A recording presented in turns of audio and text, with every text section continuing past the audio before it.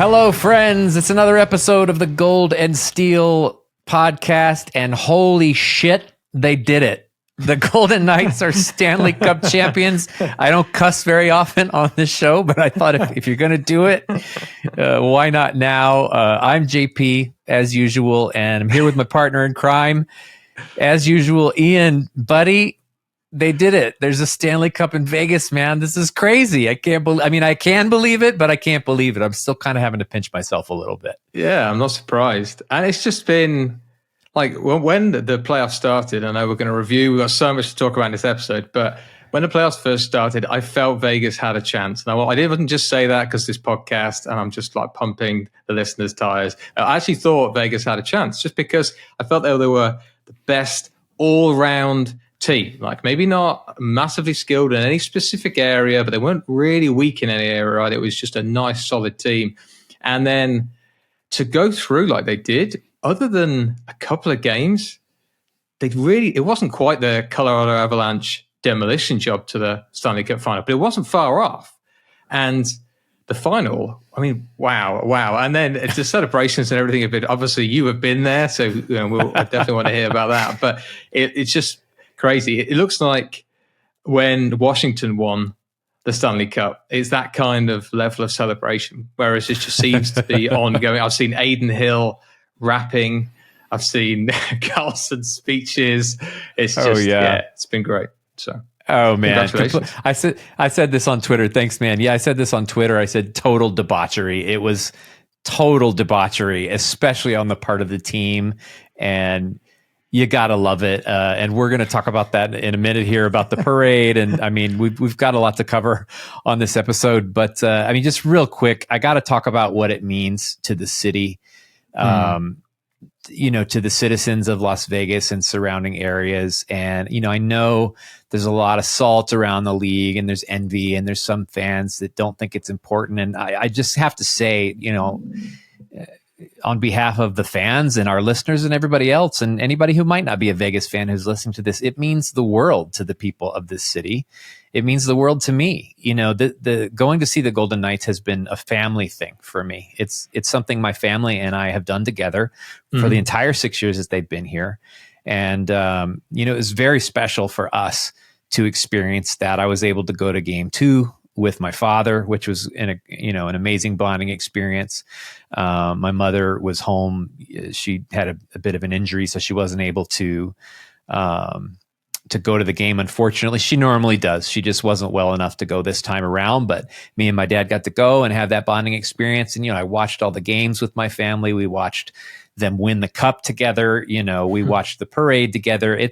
And that's what sports is for everybody. That's not unique to Vegas, but especially with the tragedy from 1 October and the way that this city has embraced the team.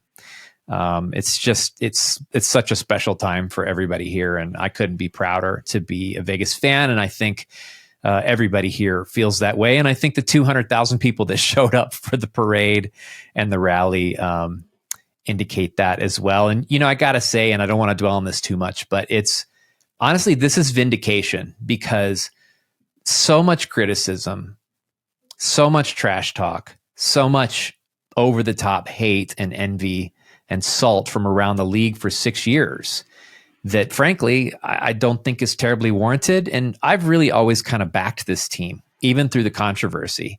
Yeah. And I really think that this win, it's not going to shut everybody up, but it certainly has shut the pundits up. Because they know they look stupid if it doesn't shut them. I mean, most of them now are like, oh, wow, okay, this is what it takes to win, right? Like Vegas has essentially set an example for the league on how you build a championship team. And it just feels good after so much criticism. When you've got a cup, everybody kind of has to shut up, right? It vindicates all the decisions you've made. One of the comments I put on Twitter was around the Vegas management, which has taken a lot of criticism itself from its own fan base for decisions it's made around Fleury, around other players as well, of trading draft picks away, trading prospects away. But the reality is, all those decisions become vindicated the second that buzzer went in Game 5, and it was like, that's what you did it for. And And they have set a mark case, but it's been done before. We saw that we've seen it with Pittsburgh, we've seen it with Chicago. Tampa's maybe a slightly different beast because the way that they came together. But if you want to win the cup, you've got to take some risks. Sometimes they pay off. When they do, you get situations like now, and sometimes they don't. But if you don't ever take those risks, you won't win it. You don't win it playing safe. And I thought, like I said, I think it really is vindicated. And the way I always look at these things, and this is what I've always said to any of our listeners that have reached out, if they hate you, it's because you're good. So own it.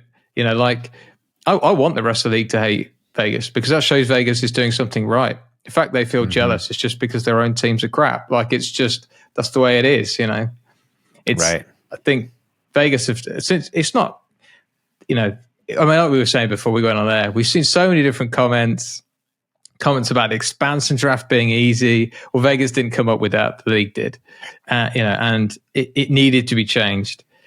It's just, I think it's fantastic. Absolutely fantastic. And the way they've handled the celebrations, I thought was great. I love the fact that it wasn't just the players that were celebrating the cup. They had the management lifting the cup and not just the GMs. We're talking the physios, everybody. You could see the real team, togetherness was fantastic. And Cassidy, the team press, wow. the people that cover the press, the team, the team hired press, they all got their because it was the whole organization did it together. By the way, I don't know if this is typical or not. Everybody, the entire staff, everybody that works for the Golden Knights was in the parade. Mm-hmm. There were 12 or 13 buses. The entire Golden Knights organization was loaded up for that parade. And maybe other organizations do that as well. I don't know, but I thought that was appropriate because it took everybody in that building.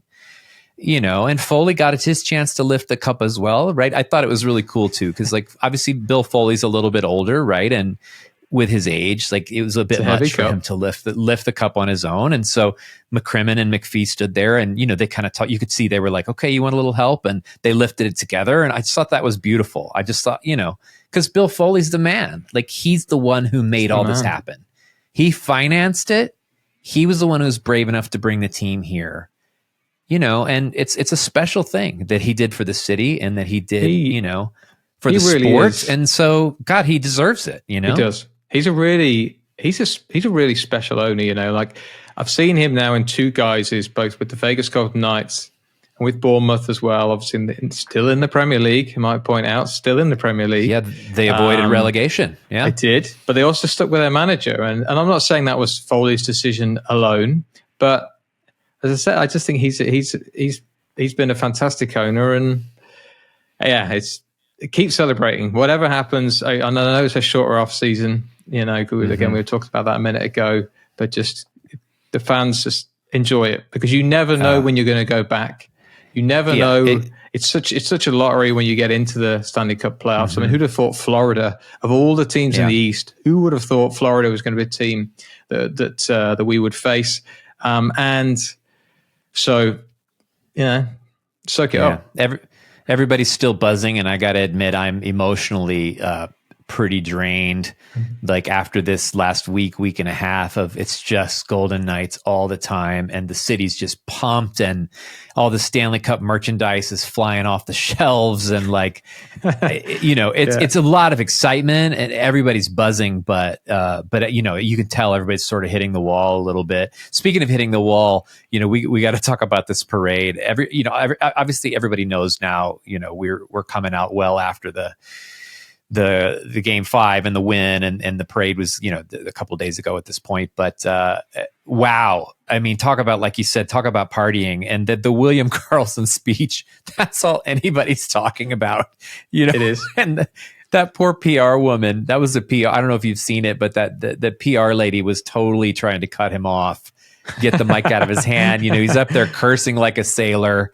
And on the local feed here, they had a couple local feeds, but the local feed here, of course, they usually run these things on a 5 or 10 second delay so that they can catch something. And so it was hilarious because suddenly we're watching it and Carlson's feed goes silent, right? You could see that they muted the sound. And I knew immediately, I was like, oh yeah, they're muting him because he's probably cussing like crazy. And that's exactly what it was. I've since heard it. There are other recordings of it, but on the live feed, the TV audience didn't even get to hear it because, they on delay, they turned the sound off. But the PR lady was, she's like, okay, that's enough. You're cut off. That's enough. And he's like, no.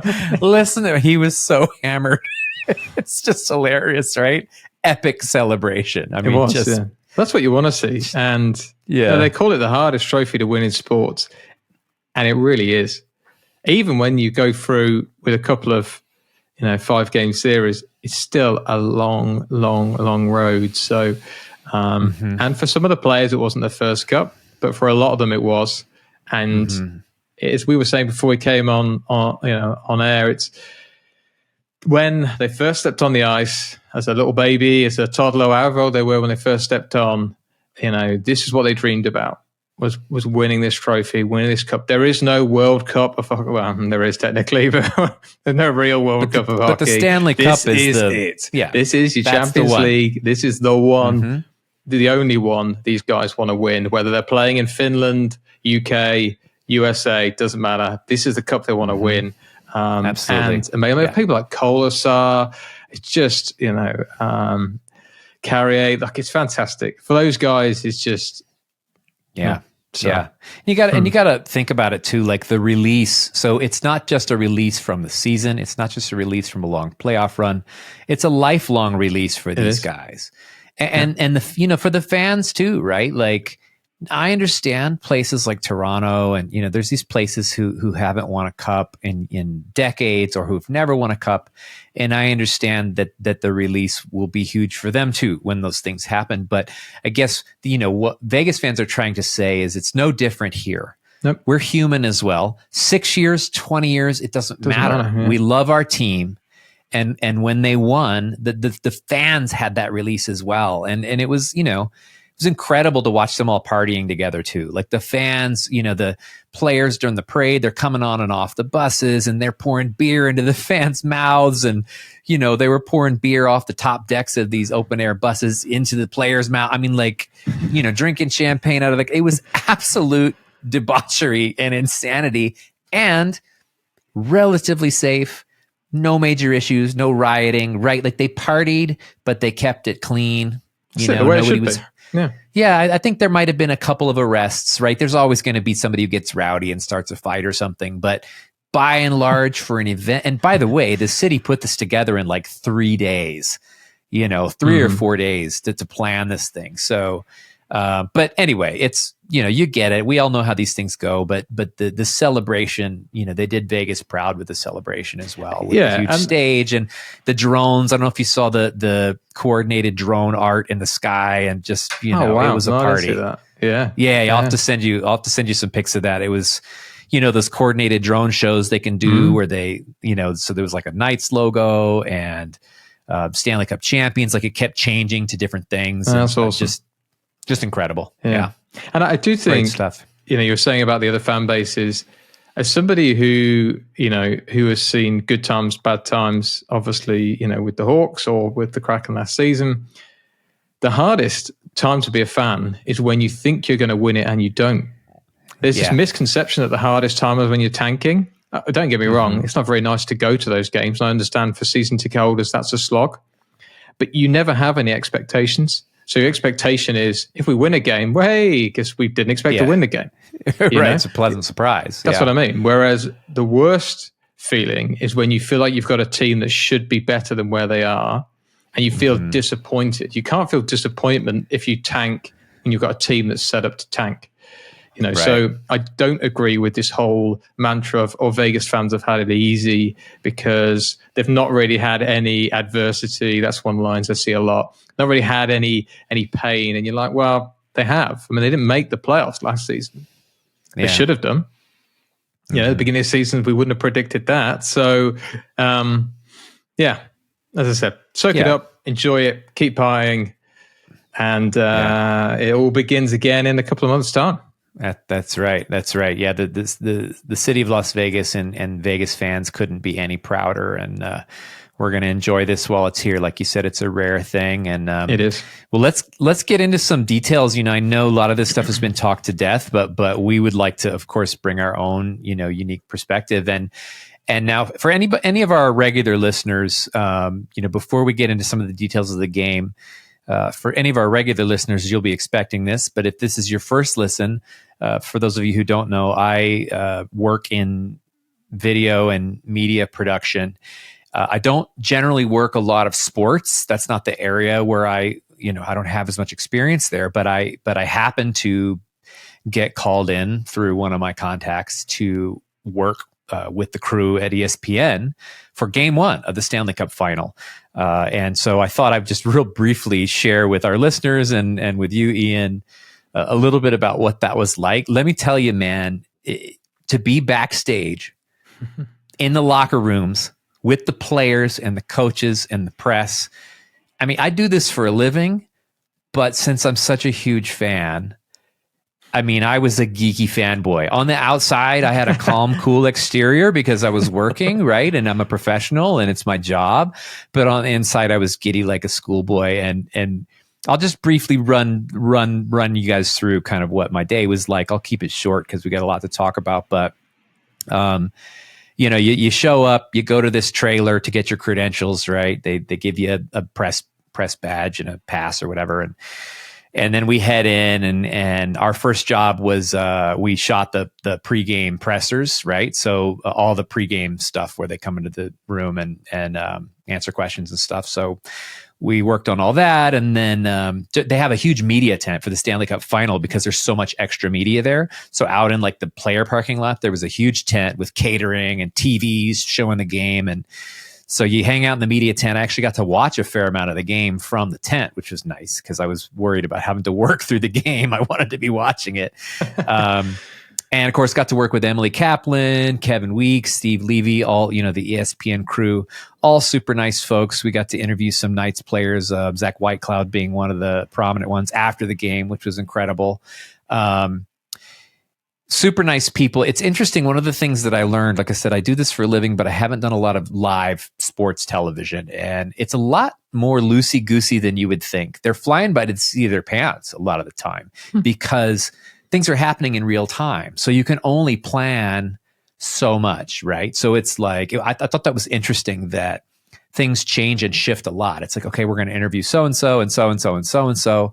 But that changes because all of the different press organizations are all vying for time with different players. And you kind of there's like a pecking order depending on who the rights holders are. And so I thought that was interesting. We had to shift a lot, right? It was like, you think you're going to interview one player and then it's like, oh, nope, we shift and now we're going to interview another. So, so live television, I have a lot of respect for because you have to move quickly. And I think I expected it to be a little more planned out, especially since you don't know how the game's going to end, who's going to do well in the game.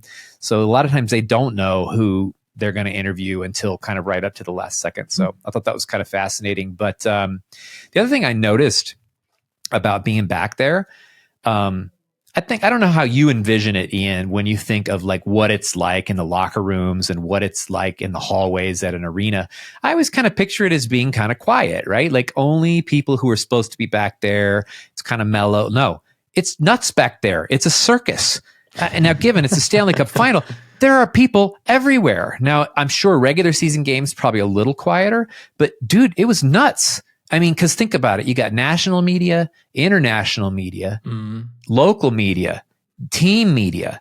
Then you got the players and you got all the support crew and you got the video crews everywhere. There's producers everywhere and the players. And then they also had a family lounge, which I didn't think about.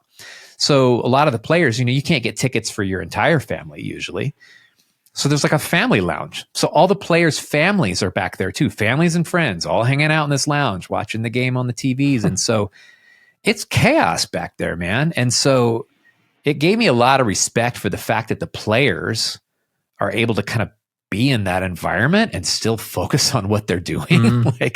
Given they have a locker room, right? But even the locker room, press is in and out of the locker room at different times. So, it was fascinating. Now, one quick little thing before I turn it over to you or before we move on. one of the assignments we got was that we were going to do post-game interviews in the losing team's locker room. And you want to talk about being conflicted, because of course I would love to do interviews in the Golden Knights locker room, but I knew that if we're doing interviews in the Golden Knights locker room, it meant that they lost, right? So fortunately they won that game, and that meant that we were doing locker room interviews for the Panthers, but that didn't end up happening. Like I said, things change and shift, and so our crew skipped the post-game interviews in order to get some Knights interviews, some individual player interviews with Knights players. So, and that was fine with me. It would have been cool to be in the locker room, but it's Florida, right? I'm a Vegas fan, so that wasn't a huge deal to me. But anyway, crazy experience, man. Nuts, right? Well, it is. And it would be interesting, actually, if you had got into the Florida locker room, like what the atmosphere was like. With it being like the way they came into that series. We were talking about the fact that they swept the Carolina Hurricanes to get there, and that would have felt like they ran into a brick wall. It would have been interesting to have felt that. Yeah. You know, I know we're going to talk about the series now, but the series really, like a snowball, just got away from, just kept kind of rolling and building for Vegas. But for the Panthers, it really got away from them. You know, it became one game down, 2 games down. Bobrovsky has an absolute mare. I think that was game 3 from memory. And, and then before you know it, the season, you're up against the walls. So it would have been really interesting to have seen how they kind of reacted to that. But to hear the inside, mate, because I always felt like, and because you don't see it, and I'm not in media. For those of you that know, my profession's sales, but it's not media sales. I'm not in that world, other than this. So you can tell the difference in the backgrounds for those of you that are watching on YouTube between JP's wonderfully like set up, perfect lighting, and then mine just very nice. But yours looks pretty good. Lighting wise, looks a pretty bit good. Shit. It's fine. And it always feels to me very scripted. So to hear that it is like organized chaos, it's quite interesting because it never feels that way. When the guys are interviewing them, they always feel like they're even more so. Obviously, the American commentators feel like they're reading from a script. So I didn't realize it was quite so ad hoc. They do a little bit of prep, and what happens is there's a producer on site, right, and the producer and the on camera talent. So, for instance, like Emily Kaplan and the producer, they would discuss ahead of time, like, okay, we're going to interview Zach Whitecloud. Here's what happened in the game. Let's cover this point and this point, right? And like for instance, Emily Kaplan, like right before Whitecloud came out to us, she was kind of reviewing what she was going to say. So it is planned, but very last minute, right? They put it together very quickly, like right before they do it, and there are handlers back there as well, and so like you don't go grab the player yourself. You put in a request with team PR, right, and then the team PR rep. Like they say, yes, that player's available. No, that player's not, or whatever. And then you wait. And then, the guy came around the corner. He's like, here comes Zach. Are you guys ready? Kind of thing. And we're ready. Zach walked around the corner.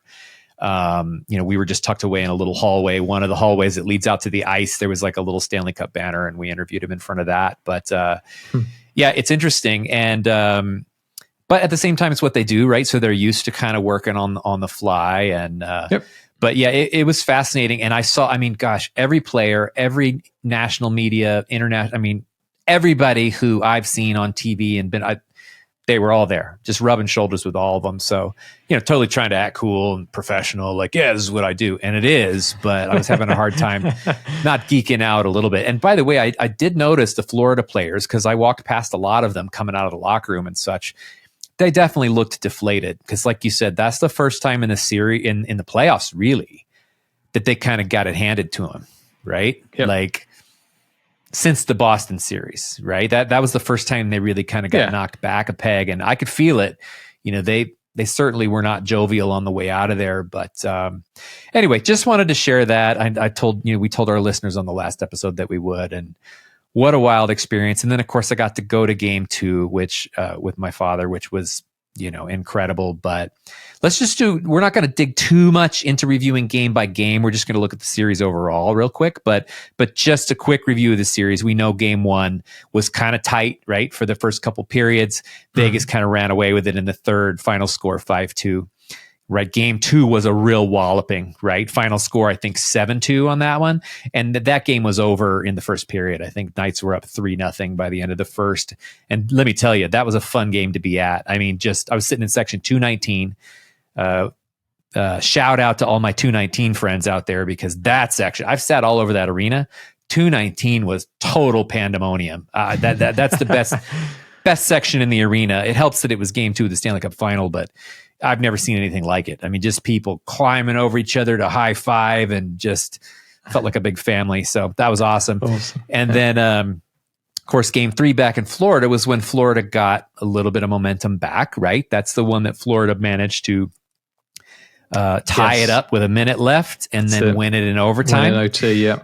And so at that point in the series, it's 2-1, right? Mm-hmm. And so at that point, it's game four was pivotal, because if Florida wins game four, now it's anybody's cup, right? Mm-hmm. I don't think I think Vegas probably still would have won it, to be honest, but that's nerve wracking. The pressure's on Vegas, because now it's a best of three series. But in game four, Vegas managed to reverse it, do the same, right? Win it 3-2. Yep. And I mean, look, at that point, this is a lot of people say it's one of the most dominant Stanley Cup final appearances they've ever seen, in terms of how the Knights. I mean, there's just, you don't see spankings like that often. As we know, game five, when Vegas won the cup, the final score was 9-3. That's an insane regular season score, much less in the playoffs, much less in the final. Yeah. I mean, now I know Florida was really out of gas at that point, but good Lord, 9-3. I mean, it's destruction, complete destruction, and it really, we were saying before we click go, but the kind of feeling was it was going to be this epic game five, and you're right, it was game two, where Bobrovsky completely crapped the bed, not game three, but game three was when he was vindicated for being put back in net. He had a great performance. He had a good performance, but because Vegas was so dominant in the first period, and then again in the second, the final, so the final game five, was over, and then it was just the fans could just celebrate for like 1.5 periods, because Florida never looked like coming back into it. They were already beaten, and hats off to them for playing for the full 60 minutes. And they did. And that must be really, really hard when you know your season is done. And the deflation that people feel when either they don't make the playoffs or get knocked out in an early round, there is no harder feeling to come back from that if you're a player than getting to the Stanley Cup final and not winning. No one remembers finalists. They remember the winners. And that must be really, really hard for Florida. So I thought it was, hats off to them for playing all the way to the end. I know they get paid for it, but it doesn't make it any easier. And they were still fighting. They were still playing hard. But it was just destruction. And respect to them as an opponent. I mean, those guys left it all on the ice. And the injuries that those guys played through, after the fact, some of their injuries started coming out. We know Tkachuk was playing with a broken sternum, from the Kolesar hit. Kolesar broke Tkachuk's sternum on that hit. I mean, brutal hit. And, Gudas was playing with a high ankle sprain, I think. And was it Ekblad? There was one guy who Ekblad's injuries were just absurd. Yeah, he broke his foot in the Boston series. Basically played the entire playoffs with a broken foot and had 2 shoulder separations and one other muscle tear or something like that. I mean, those guys left it all on the ice. Kudos to them. But we've talked about this before. Everybody knows this. But the playoffs are a war of attrition, and Vegas looked like they could play another series. Honestly, that's how fresh they looked, including Mark Stone. 100%. And a lot of that honestly comes back to how the team is constructed. I mean, it's not something we talked about a lot in the regular season, but they're huge. The Golden Knights are massive. The whole team is huge except for Marchessault. who's 5'10", but they're all huge and fast and powerful.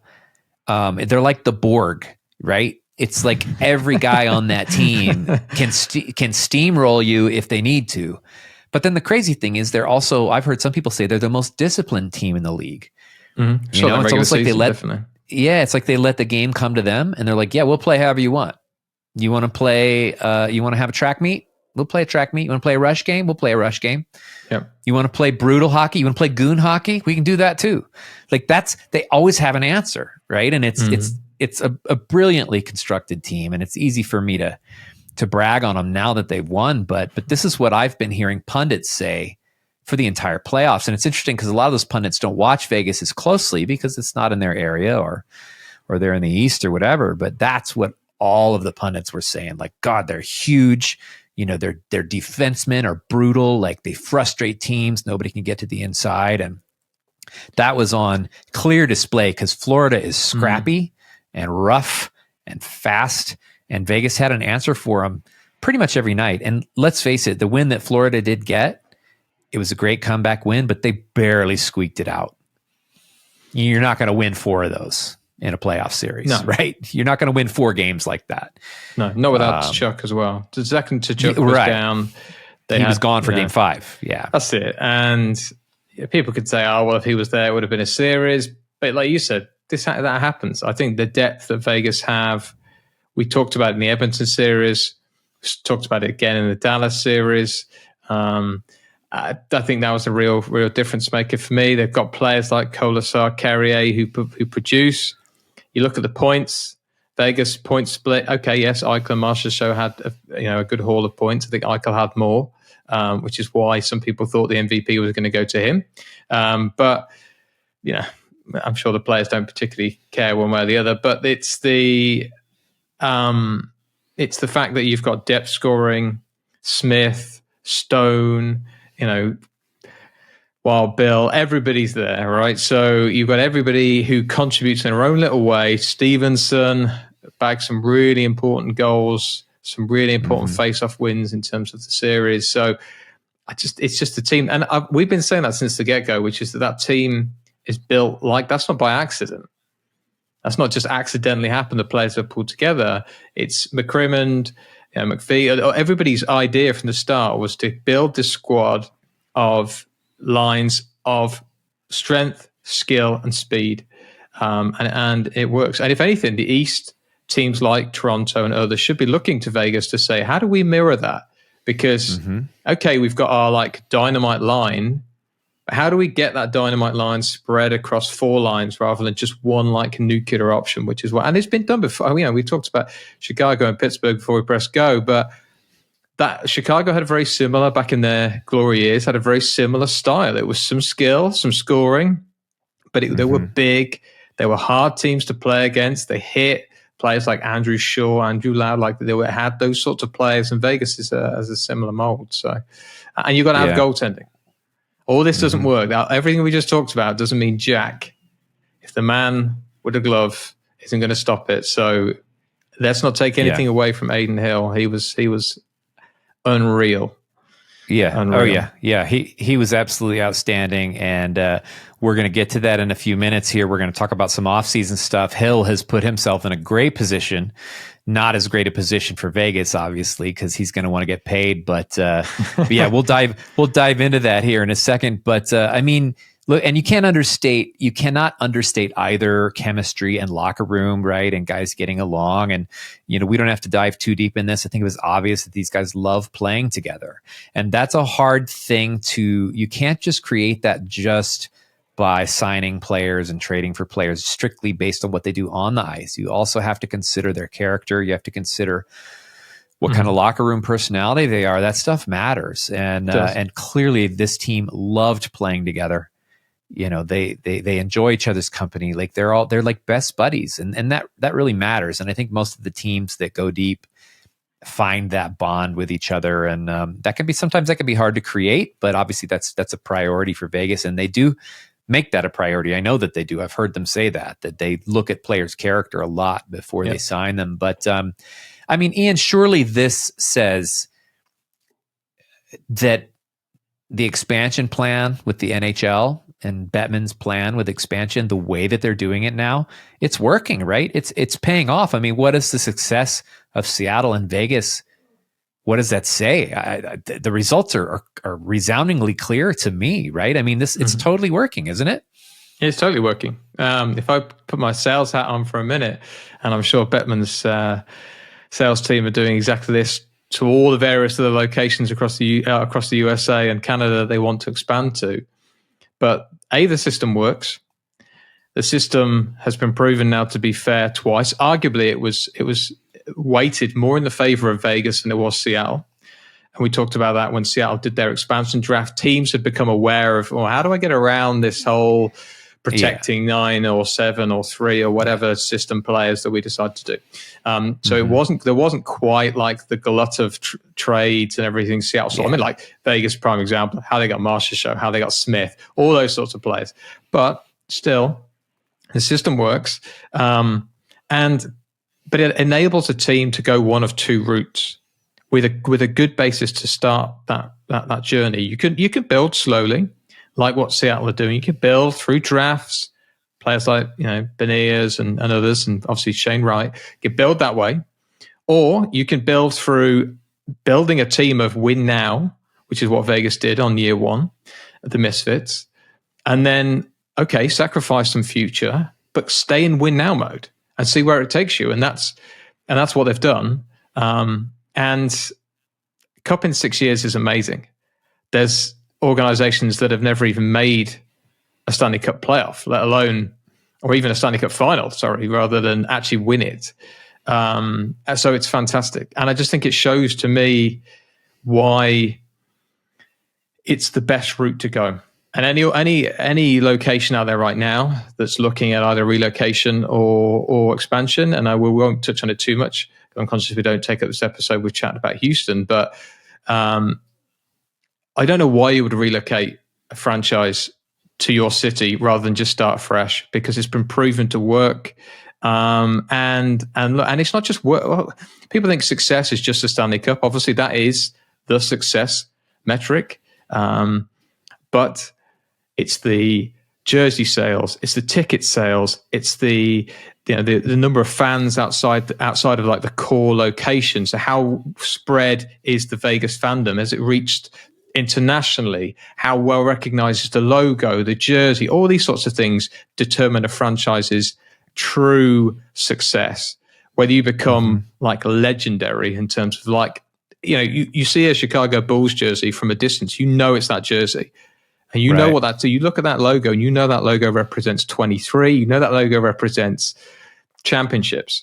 And that's what Vegas is building here, is something where there might not be an original 16, but except for the original 6, nobody can be an original 16, but they can be iconic in terms of an NHL franchise. And that's what they've got the chance to build now.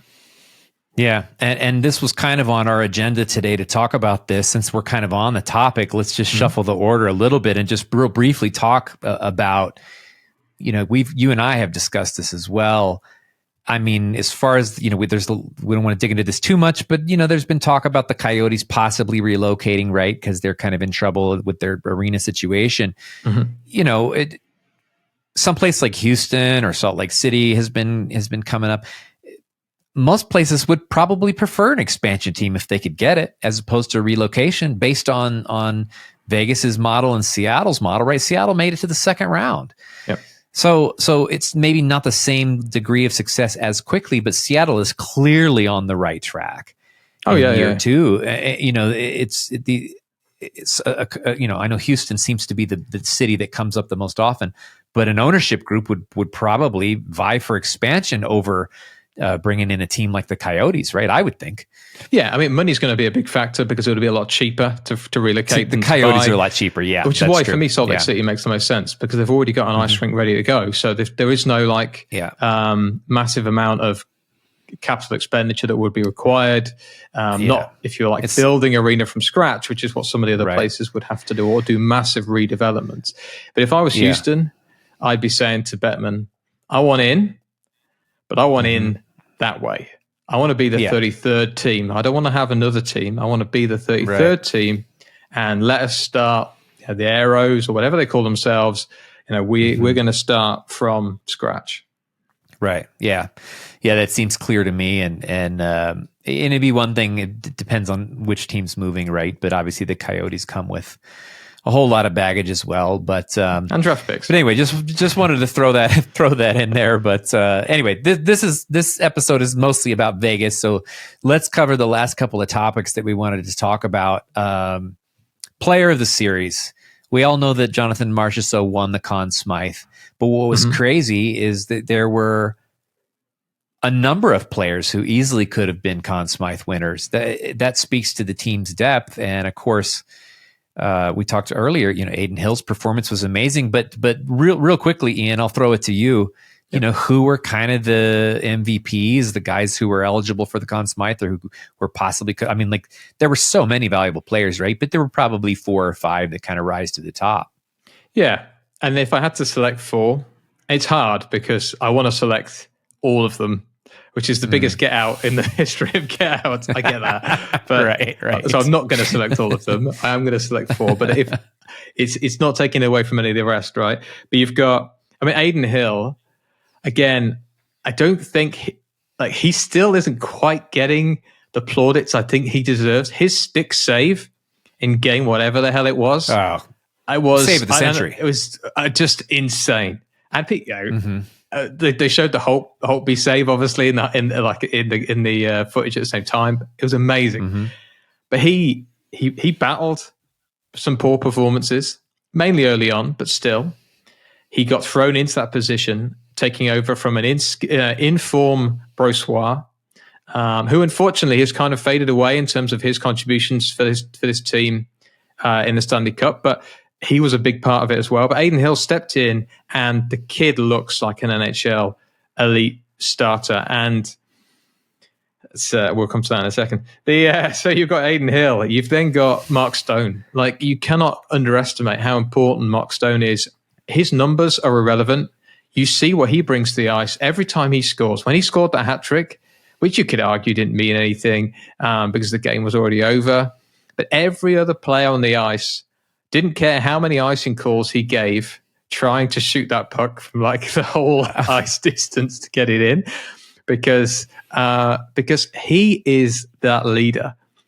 When Vegas first started, they obviously famously, I suppose, had the A's rather than having a C, so they had 3 A's, no captain, and now there is a captain, and it's Mark Stone. Whether he's on the ice, whether he's in the back locker room, the guys love him. He creates this passion that you don't see a lot from everybody. Just because they wear the C, some people wear it because they're the best player on the team. He wears it because he is a very good player, but he is a captain's captain. He was massive. Eichel was fantastic. Talking about quieting the doubters, Eichel's bad for locker rooms. Disproven. Yeah. Eichel can't handle it in high pressure situations. Disproven. Eichel's not an elite NHL player. Disproven. So it's he was fantastic. And then Marchessault is just a gift that keeps on giving. It's going to real. He's not for our conversation in a second about UFAs, but he is the season after next, and he is. He's been fantastic. He's been such a great player for his organization. It's just, he deserved it more for longevity than it. But oh my God, he produced in the series, all of the series for that matter. He's fantastic. Yeah. And it just, once again, it comes back to depth, right? That's what a team with this kind of depth looks like. You're going to have that many players who perform at that level. And, we'll kind of combine a couple of agenda items here just in the interest of time. But let's talk a little bit about, you mentioned Marchessault. He's got 1 year left on his contract. Yeah. But at July 1st, he'll be eligible to extend. And I'm sure the Knights will probably try to extend him sooner rather than later. But what does the offseason look like for this team now? We know, obviously, Hill played out of his mind, and I mentioned earlier he's going to need to get paid, right? So, it's got some, not only in goal. I have my predictions on how things are going to go in goal, but there's some players that that they're going to have to get some things done with, and there's some players that are, that are maybe going to get let go. So, in terms of, how about this?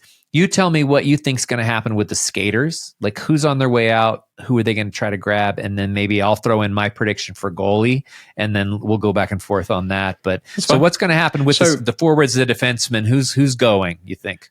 So just very, very quickly on the goalies. We are up against it in time, but I'll be very quick because I've seen this a few times on Twitter, and I've thought, guys, let's just clear this up right now.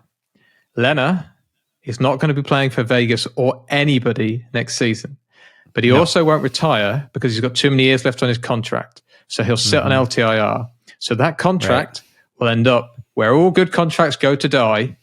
It'll end up in Arizona. I tell you that now. Yeah. Lehner will get traded to Arizona for some sort of draft pick, a second, a third, who knows, who cares. He'll go. His contract will go because Vegas can't have it on their books, regardless of the fact he's LTIR'd or will be LTIR'd when it gets round to it. It doesn't matter because on the day, he's still going to count towards the cap. And Arizona have currently got Andrew Ladd's contract, Brian Little's contract, Voracek's contract, and numerous others on their books for the exact reason that they need them on their books for, which is that they need cap without salary. So there'll have to be some sort of offset for somebody to take that contract, but I don't. That's a non-point for us, really. I guess is what I'm saying.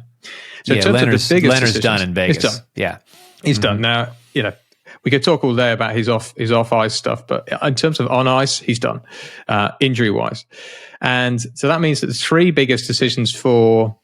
So if I run through the UFAs and RFAs, UFAs are Barbashev, Bluger, Kessel, Hill, Bressois, Quick. RFAs are Howden, Dorofeyev, and I want to keep saying it's Pahal. Oh, Pahal. Braden Pahal. Yeah. You said it better than I can. So we're going to leave him to one side because I can't say his name. And also, he's not irrelevant in this conversation because he's going to get a 2 or 3 year deal, two-way, gets around 8 to 900K, something like that. Bang, he's gone. Yeah. Dorofeyev, I would expect to be the same. Maybe a 2 year, 1 year if he's lucky, maybe a 1 year, 1 million deal to kind of like test him. But I would get. But in Vegas, yeah. But he'll be back in Henderson to start the season. Vegas probably at some point. So that means, and we'll put the goalie situation to a side because, in my opinion, Bressois, Quick do not come back. Bluger doesn't come back. Kessel doesn't come back, which means you've got Barbashev, Hill, which I'll leave for yourself, and then Howden. Howden's the interesting one. Barbashev's going to want to get paid. That's tricky and not easy to do. Very tricky. So there might have to be some cap gymnastics to get Barbashev on. Maybe a Nick Roy goes. And some of the fan base are going to hate me for saying this, but maybe he does to make room for Barbashev. But to keep Barbashev, really somebody will have to go. And I don't have the cap stuff in front of me now because we'll cover that on an off-season one. Because let's see what happens at the draft first before we start. Because that's going to, the draft for me is always the one where you see people start to make those moves. Because that's where we'll see, I would guess, where we'll see the move for Lehner could be in the draft. Because that's where Vegas could say, here you go, Arizona, have our second round pick, but you've also got to take Lehner. You got to take Leonard's salary. Whatever. Yeah. So I think the Barbashev and Howden's the two. Howden, for me, a year ago, I would have said Vegas would let him go. But his performances this season make me think there's a bottom six player there. It's whether he thinks he's worth more than he really is. He's an RFA, though, so he doesn't. He can't just walk away. He would have to go to arbitration. But yeah, Barbashev's the one, man. Like, he's been fantastic. They've got to find some way of keeping him in Vegas. Now, the advantage of winning a cup is that when you're trying to sell to the player, you could say to him, look, I know you want this number, but take this number and stay in this group and win more cups. Or test yourself on a free agent and you could go anywhere. But if you want to keep winning cups, I'm afraid you're going to have to take this number. That's maybe the way they work it with Barbashev. Yeah, and I know that the front office has already made him an offer that his team turned down, right? They want to wait and see what the market looks like, and that's fair. He's earned it. But so obviously Vegas has interest. But you're right. A player may have to go if they're going to keep Barbashev. So that will be one of the most intriguing storylines, not only for Vegas, but in the entire NHL. He's the hottest name. He's going to be the hottest name on in free agency, probably going in. Now, right. But I mean, just based on his Stanley Cup performance, right? He's the name everybody's talking about, right? Barbashev. Wow, that guy, brings it all. But so here's my prediction on goalie, and then I want to get your thoughts on this, because I was predicting something slightly different. I think Hill's probably gone. I think Hill is probably going to be looking at $4 or $5 million for several years, and I think Vegas they have Logan Thompson, who was an all-star, and Brossoit, who's formidable, and Brossoit's cheaper. I kind of feel like they'll keep Logan Thompson, who costs a lot less, and Brossoit, if they want somebody like Barbashev. Now, it could go the other way. They could lose Barbashev and try to bring Hill back. But I kind of feel like Logan Thompson, Brossoit is the way it's going to go. And of course, Quick's gone. Like Quick was a rental. He was a rental, yes. 100%. But I want to get your thoughts. How do you see it panning out? Well, you nearly made me reach for my media board there, because you don't agree. Like, well, it's just like, wow, okay, he's got a different way than I thought he was doing. So the 23-24 season, as it stands right now, obviously Lerner is on LTIR according to this at $5 million, which he has 2 years remaining. I've no idea what he's actually being paid, but his cap hit is $5 million. That means projected cap space is $3.4 million. So let's exclude Lerner from this conversation right now. That means they've got $3.4 million to play with, but they've got to sign Dorofeyev, Howden, Barbashev, somebody to replace Bluger and Kessel, because they obviously got to have, I can't remember the number now, it's gone out the top of my head, but the right number of roster spots filled. You can't just fill a team and have nobody on the bench, so to speak. Right. And I think the advantage with them is they've got Thompson's locked in for 2 years at £766,000, which is which is ridiculous. He's so cheap right now. Yeah. And that's why I feel like I'd give Hill a 2-year deal, because you can roll the two of them, and then in 2 years' time you can make the decision of, is it Hill or is it Thompson? Right. Whereas if you're thinking future call, sure. The risk is Brossoit wants a longer contract. Players that could go, I mentioned Nicholas Roy before. He's on $3 million. That would be important to let that go. Chandler Stevenson's on his last year. He's at 2.7. He's going to want a payday. Kolasar's 1.4. And then you're looking at the big guys, which I just don't see them moving. Defensively, you could move potentially a Nick Hague, but I don't know why you would do that with a 24-year-old. Martinez could be the person who goes. He's on $5 million. So again, he's got a modified no trade clause, but it's a 12-team no trade list. 8 even team no trade list next season. That leaves plenty of other places, which means you've still got a ton of teams he'll be happy to go to. He's a very good defenseman, but when you're in Vegas' situation, to free up $5 million, if you were to trade Roy, and who is 26, by the way, so he's not exactly a spring chicken, although he's not old either. Roy and Martinez frees you up $8 million. You can do Barbashev and Hill, and I think that's what they need to do. Yeah. Well, if it was, Barbashev and Hill would be amazing. If they could have an offseason where they kept both of those guys, that would be incredible. And you know what? The front office has proven to be wizards at this, so I wouldn't put it past them to have those kind of tricks up their sleeve. And that would obviously be an ideal situation. So I should probably have a little more faith in the front office to pull something like that off. But it's going to be a very intriguing offseason. There's no doubt about that. And one thing I can say for certain, I think Vegas will continue to contend.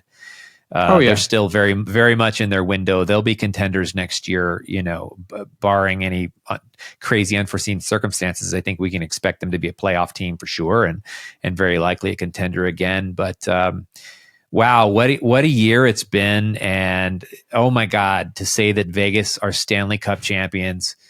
Vegas won the Stanley Cup. It still doesn't feel entirely real to me. Like we're all still buzzing a little bit about it here. Yeah. Give yourselves a hand, Vegas Golden Knights. Yeah. Fair play. You've been saving that up. It's pretty incredible. It goes on for a really long time. But they won the Stanley Cup, man. It's worth it going. That's what it sounds like here in town, man. It's going to be a party all summer, and what an incredible run by these guys. And wow, they made Vegas proud. Yeah, that did go on for a while, but hey, it fits, right? I just quite enjoyed watching you try and talk over it. It's quite amusing. So. I think I was trying to spare our listeners from listening to 30 seconds of applause with them talking. Hey, man, they won the Stanley Cup. That's true. We should have just sat there and soaked it in. But speaking of our listeners, man, thank all of you guys. We so appreciate all of you, and our listener base has grown a lot. We've met a lot of really cool people, and we're enjoying doing this with all of you and this little community, this little sub community within the Vegas Golden Knights community that we're creating with you guys. So thank you all for your questions and your interaction. And we're looking forward to doing this again next season. And so, Ian, we got a couple things in mind for the off season. We're not going to be doing every 2 weeks probably, but a couple of, we might pop off a couple episodes in the off season. What are you thinking we're going to do here? So you're right. We're not going to be doing every other week. That's for certain, but we need to do predictions. And we need to get our guys back on the podcast, Mike and Marty. Mike needs to be put to shame for his predictions. Yeah, we could pull out some of those quotes from that predictions episode. And I know he's listening now saying, damn, they remembered. Yeah, we did. And so we've got that. And then we're going to do some off-season stuff as well. Look, the draft... and I'm just not just because the Connor Bedard obviously thing, but the draft is a really, really big day for Vegas as well. And we're going to follow the off season. And the thing we want to do, and this is up to you guys as well. And we'll put this out to you on Twitter, but it's the same for YouTube as well. If you want to ask a question via YouTube, you can either use our mailbag feature on the website, but you can also use the comments field below the episode. It's absolutely fine. But we want to know what are your questions for the off season. What do our listeners want to hear? And then we'll, happily do a whole episode on just your questions. So, absolutely. And it's going to be a pretty short off season this year because Vegas won the cup. So we're really only looking at a couple of months here before we're talking preseason hockey again. So we're not going to have a long time to wait, but yeah, we'll come to you guys at least a couple times, 2 or 3 times here in the off season, and we'll post in our usual places. So, well, that about wraps it up, guys. It's been an amazing year. An amazing season for the Vegas Golden Knights, an amazing season for the Gold and Steel podcast, for the Gold and Steel show, for Gold and Steel in general. And Ian, buddy, I love doing this show with you. And, we've become good friends and good colleagues. And so I appreciate you and all the work you put into this too. And, man, what a great time. And I'm looking forward to doing this again, starting all over again next year. It's going to be great, man. Yeah, me too, mate. And like you said, let's hope for another successful season. But like you rightly said, this I love doing this anyway. Like you said, me and you are friends now. We didn't know each other ourselves a couple of years ago, but that friendship has kind of built over the last 2 years. I definitely would class you as one of my best friends now. And but the listeners, man, you guys make this all worthwhile. So. Yeah, definitely. So worth it. Yeah. And looking forward to adding more friends to our group. And so, yeah, we'll see you guys in the off season and look forward to a great season next year. That about does it for us. Twitter always gets a little quiet in the off season. That's always a little bit of a bummer, but I know we'll see some of you on there off and on. And like Ian said, just drop us a line or say hi to us on Twitter or use the mailbag, or we'll be there. We'll be watching the feeds at all times. So, all right, guys, take care. Soak this up. Enjoy it. Celebrate the Golden Knights win in the off season. And I know we'll be buzzing off of this all summer. So take care, guys. Stay safe. Rest up. And we'll see you soon. Bye-bye.